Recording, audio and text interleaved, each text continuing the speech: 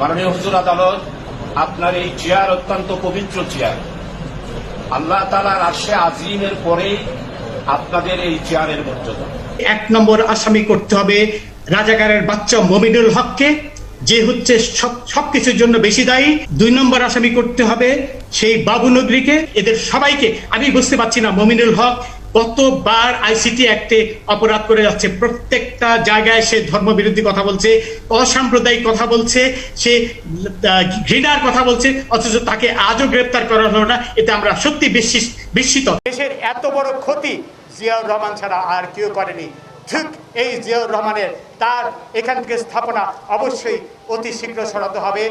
জিয়া কতখানি অমানুষ, কতখানি নরপিশাচ, কতখানি অসুর প্রকৃতির লোক ছিল। এর মতো হৃদয়হীন মানুষ এই বর্তমান সহস্রাব্দীতে আর খুব কমই পাওয়া যাবে। তাকে বর্তমান সহস্রাব্দীর তৈবুল্লং বা চেঙ্গিস খান বলে আখ্যায়িত করলে সেটি ভুল হবে না। বাংলাদেশের শ্রেষ্ঠতম খুনি জিয়ার নামে, জিয়ার পরিচয় বহনকারী কোনো স্থাপনা থাকতে পারে না। জিয়াউর রহমানের চেয়ে বড় শত্রু বাংলাদেশে আর কেউ ছিল না।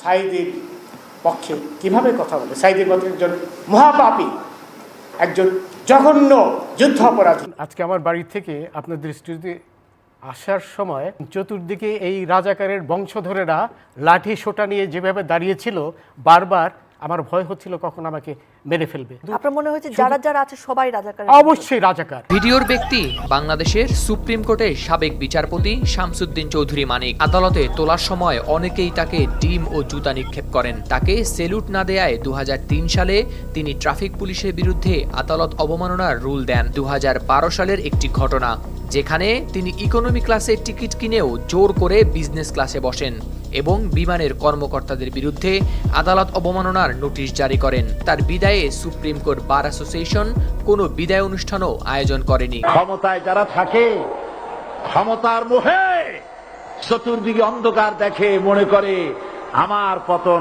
আর হবে না। বাড়ি মুন্সিগঞ্জ। নাম জিজ্ঞেস করেন। আমার নাম বিচারপতি শামসুদ্দিন চৌধুরী মানিক। ইয়া দুনিয়া আইনাল মুলুক, রাজা বাদশারা কোথায় যারা ক্ষমতার দাপটে পা জমিনে ফেলতে চাইতো না? আইনাল জাবাবেরা, অত্যাচারী স্বৈর শাসকগুলো আজকে কোথায়? কোথায় আছে? কোনো আওয়াজ নাই। আল্লাহ তখন হুঙ্কার দিয়ে বলবেন, লিমানিল মুলকুল ইয়াউম, who belongs the kingdom today. Allah চিৎকার দিয়ে বলবেন, আজকে ক্ষমতা কার? আওয়াজ করে বলেন, সেদিন ক্ষমতা কার?